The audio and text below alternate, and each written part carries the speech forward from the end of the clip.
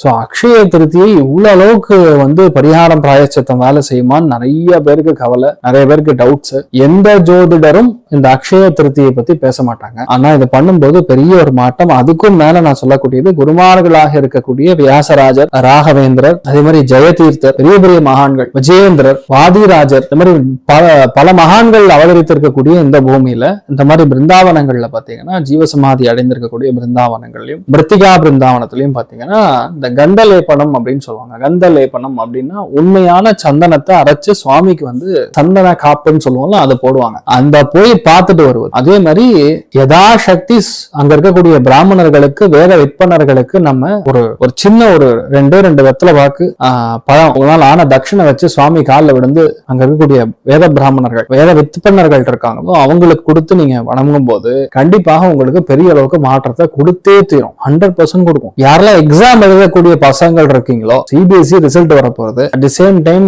NEET எக்ஸாமும் இப்போ வரப்போறது, யாரெல்லாம் ஆர்கிடெக்சர் படிக்கணுமோ அதோட எக்ஸாம்ஸ் எல்லாம் வரப்போகுது. அதே மாதிரி லா செட், இதுல நிறைய எக்ஸாம்ஸ் இருக்குல்ல, அந்த எக்ஸாம் எல்லாம் பாஸ் ஆனா குரு அனுகிரகம் வேணும். ரெண்டாவது கோச்சாரத்தின் பேரும் அப்கமிங் வரக்கூடிய மாதங்கள்ல, அதாவது குரு புஷ்ய யோகத்துக்கு போகும். அதுக்கு முன்னாடியே நம்ம அதை பண்ணிட்டோம்னா உங்களுக்கு ரிசல்ட் பாசிட்டிவா வரும். இதெல்லாம் நீங்க பண்ணீங்கன்னா பெரிய மாற்றத்தை கொடுக்கும். எல்லாருமே பிருந்தாவனத்துக்கு போங்க, மடங்களுக்கு போங்க, வழிபாடு பண்ணுங்க. மெயினா இந்த மாதிரி தான தர்மங்கள் பண்ணுங்க.